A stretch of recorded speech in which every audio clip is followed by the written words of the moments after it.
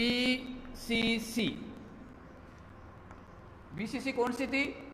Body काय close packing वाला। यानी इसमें क्या था कि जो यूनिट सेल थी, यानी इसका डायग्राम यहां बना देता हूं मैं। ये एक इसकी क्या है? यूनिट सेल है बॉडी काय की। तो इसमें ये एटम के ऊपर, कोनों के ऊपर इसके एटम उपस्थित हैं, गोले उपस्थित हैं। और बॉडी काय में क्या था? बॉडी काय में उसके सेंटर में एक एटम उपस्थित है। कहां पर है इसके? ये जो सेंटर है, इस सेंटर में एक एटम है वो उपस्थित है। ठीक है। यहां पर ये जो संरचना आपकी बनेगी, वो संरचना 3D की तो अपन इसकी बना नहीं सकते। तो इसको यूं समझना कि ये जो आपका क्यूब है, इस क्यूब का जो सेंटर वाला भाग है, जैसे अपने इसकी बात, कमरे की बात कर लो। अपना जो कमरा है, तो उस कमरे के जो किनारे हैं, किनारों के साथ साथ इनका जो बीच वाला सेंटर है, कमरे का जो बीच का सेंटर है, बीच वाले सेंटर में भी क्या है? एक जो गोला है वो यहां पर उपस्थित है। तो इसके यदि मैं संरचना यहां बनाऊंगा अलग रूप से गोलों को दर्शाने के लिए, तो उसकी जो संरचना कुछ इस प्रकार से बनेगी। छोटी आकृति में लेके बनाए।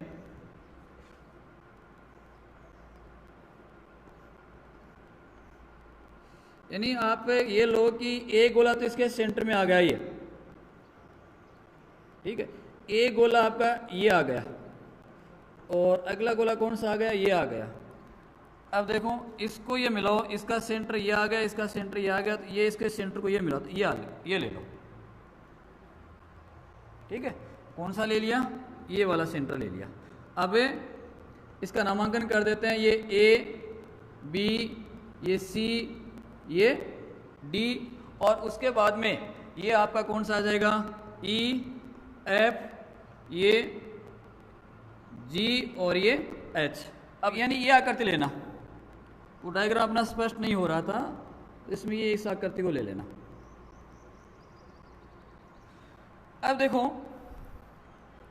एक जी को आप एक के साथ मिला दो, जी को एक से मिला दिया, तो यहां पर एक त्रिभुज बन गया। आपका जो ट्रायंगल बना है वो ADG। ये जो कोण यहां है वो कितने डिग्री का है? 90 डिग्री का है।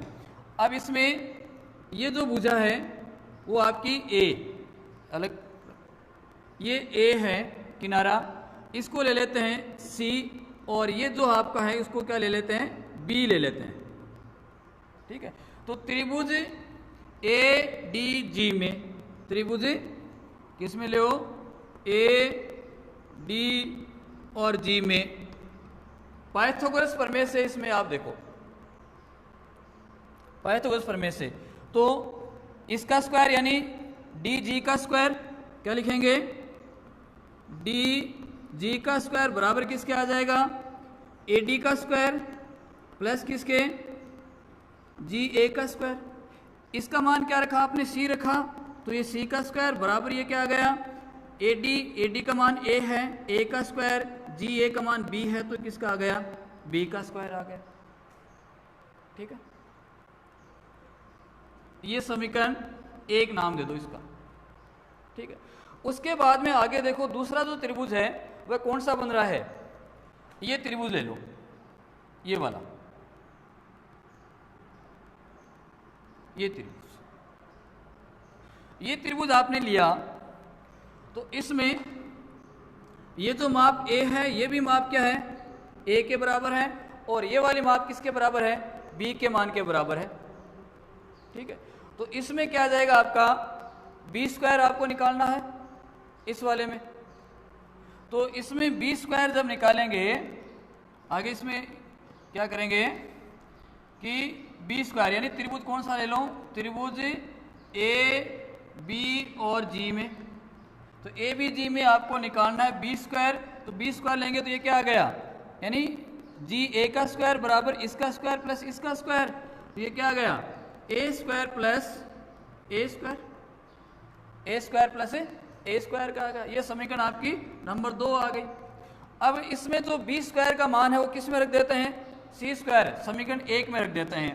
तो 1 में रखने पर क्या आ गया कि सी स्क्वायर बराबर ए स्क्वायर प्लस ये जो बी स्क्वायर है ना उसकी जगह क्या रख देंगे ए स्क्वायर प्लस ए स्क्वायर, तो ये ए स्क्वायर प्लस का ए स्क्वायर, तो सी स्क्वायर बराबर कितना आ गया 3a स्क्वायर आ गया, सी स्क्वायर बराबर 3a स्क्वायर। अब देखो यहाँ पर c का मान क्या है, c का मान, c कौन सी ये वाली है ना, तो इसमें देखो ये आपका गोला और ये गोला, तो इसकी त्रिज्या देखो कौन कौन सी आ गई, ये आर दूसरी तीसरी और ये चौथी आर, तो कुल कितने आर का मान हो गए यहाँ पर 4 आर हो गए, क्योंकि आर प्रत्येक गोली की यहाँ बराबर है, तो c बराबर क्या लिखेंगे 4 आर लिखेंगे, c बराबर 4 आर। अब देखो इसमें इसकी जगह मान रखो ये c का क्या 4 आर है, तो कितना आ गया 4 आर का स्क्वायर बराबर 3a स्क्वायर, कितना आ गया ये 16 आर स्क्वायर बराबर 3a स्क्वायर, 16 आर स्क्वायर बराबर क्या आ गया 3a स्क्वायर आ गया, ए स्क्वायर बराबर कितना आ गया 16 आर स्क्वायर बटा 3, या ए बराबर क्या आ गया अंडरूट 16 आर स्क्वायर बटा 3 आ गया, 16 आर स्क्वायर बटा 3 आ गया, ठीक है। अब इसमें आर स्क्वायर 16 आर स्क्वायर बटा 3, 1 यूनिट सेल का आयतन क्या कहेंगे, 1 यूनिट सेल का आयतन कितना होगा, 1 यूनिट सेल का a क्यूब के मान के बराबर इसका आयतन होगा 1 यूनिट सेल का।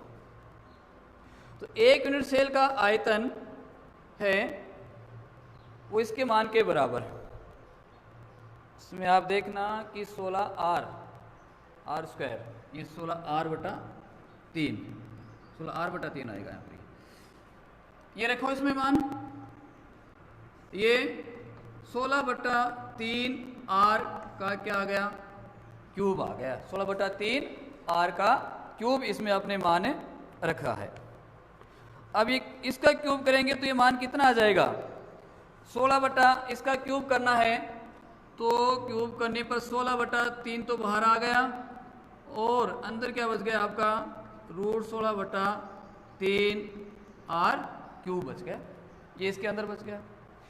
अब इसका टोटल जो मान है एक गोले का आयतन, क्योंकि गोलों के ऊपर रखा गया है ये, तो क्या ज्ञात करना है, एक गोले का आयतन,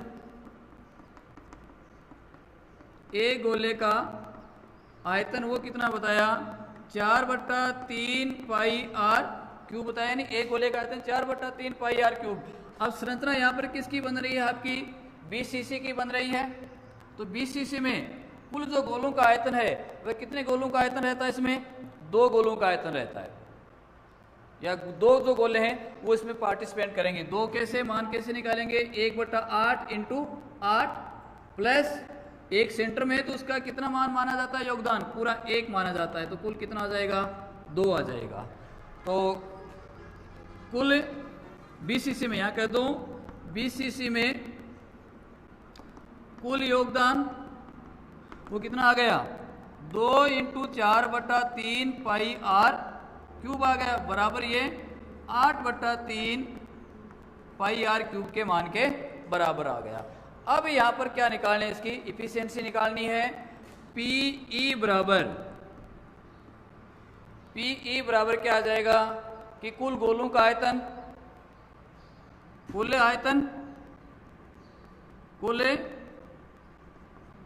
गोलों का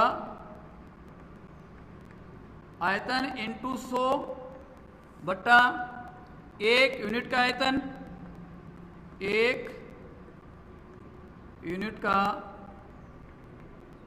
आयतन। अब इसका मान रखो आगे, देखो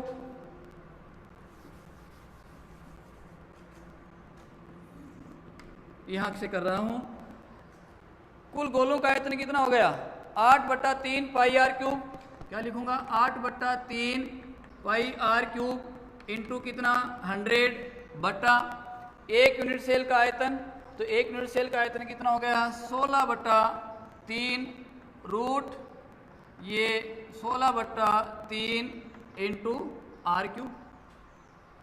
यहाँ से आर क्यूब तो आर क्यूब आपका कट गया, इसको आगे सोल्व करना है।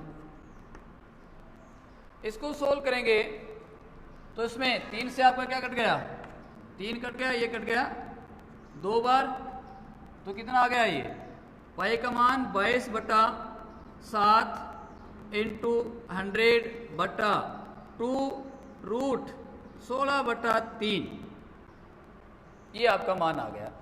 इस मान को आगे सरल करो, इसको सरल किया मैथमेटिक्स सरल कर, तो ये कितना कट गया 11 बार, तो कितना आ गया ये 1100 इंटू 100 बटा 7 इंटू रूट 16 बटा 3, तो रूट तो 16 बटा 3 है, उसका जो मान होगा 2.3 के बराबर होगा, यानी रूट आपका कितना है 16 बटा 3 है, इसका 2.8 मान होता है, तो क्या रख दिया 2.8।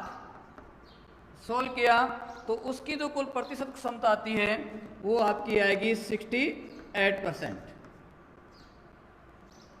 तो बीसीसी की जो संकलन क्षमता है वो कितनी आएगी 68%।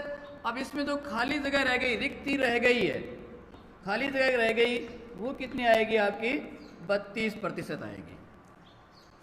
तो इस प्रकार से बीसीसी की आपने क्या ज्ञात की है पैकिंग इफिशियंसी ज्ञात की, और वो कितनी आती है 68% आती है। तो इस प्रकार से अपने इनको ज्ञात किया है।